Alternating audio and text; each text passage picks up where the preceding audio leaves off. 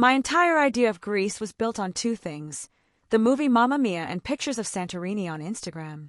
I had this perfect fantasy. I'd be living my best goddess life, dancing on a cliffside, surrounded by white and blue buildings, with a handsome fisherman named Nikos bringing me fresh olives. I packed flowy white dresses and was ready to become the main character in my own Greek epic. But the Greece I met wasn't a sun-drenched musical. It was a baptism by heat, chaos, and wind. It was a place that tested my patience and my budget, and it showed me that the soul of Greece isn't found in a perfect photo, but in its loud, messy, and unbelievably beautiful reality.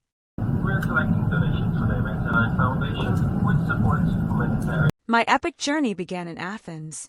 I expected to be immediately surrounded by ancient, majestic ruins.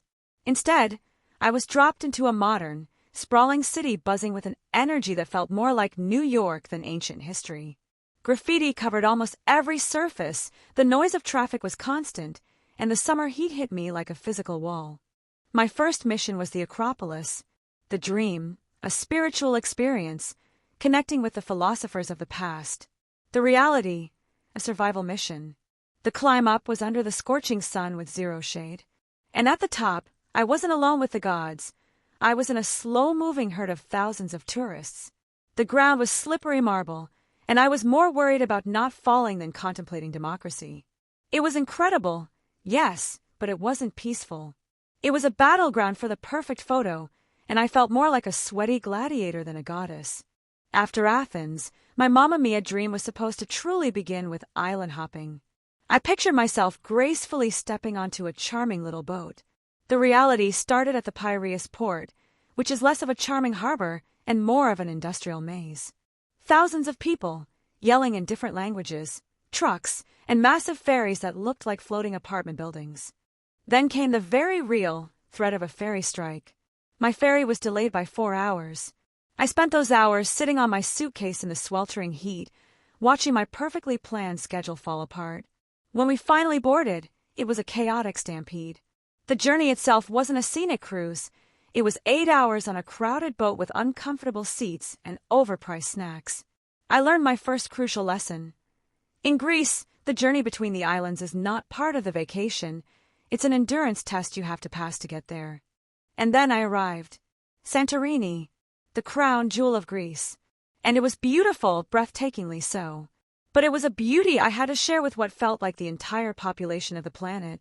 The famous village of Oahe was so crowded that its narrow pathways became human traffic jams. I felt like I was in a line at Disneyland, not a quaint Greek village. The biggest lie was the famous Oahe sunset. On Instagram, you see serene photos of people watching the sun dip into the sea. The reality is a full-contact sport.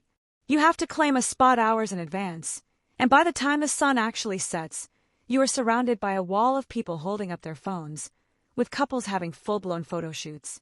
The moment the sun disappeared, a wave of applause erupted, and the crowd dispersed as if a show had just ended. It felt completely staged.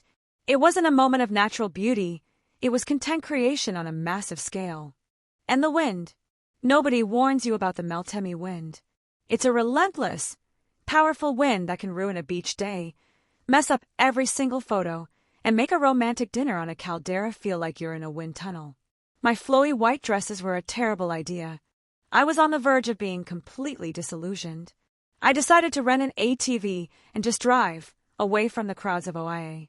I ended up on the other side of the island, at a small, black sand beach with a single, family-run taverna.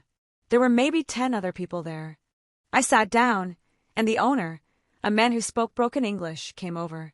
He didn't just take my order, he sat with me. He told me about his family, about the volcano. He brought me tomatoes from his own garden. At the end of the meal, he brought out a small glass of a sweet, homemade wine and said, "For you. Welcome to Greece." That's when I finally understood. I had been looking for beauty in the wrong places. The real soul of Greece isn't in the sunsets or the white buildings. It's in the people. It's a concept they call philoxenia, a love for strangers, an ingrained generosity and warmth. I left Greece with a completely different perspective. My Instagram fantasy was shattered into a million pieces, and I was grateful for it. The real Greece isn't perfect. It's loud, it's chaotic, it can be frustratingly slow, and it's covered in graffiti.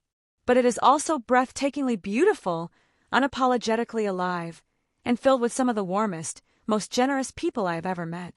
So if you go to Greece, please, look beyond the postcard view. Get away from the crowds.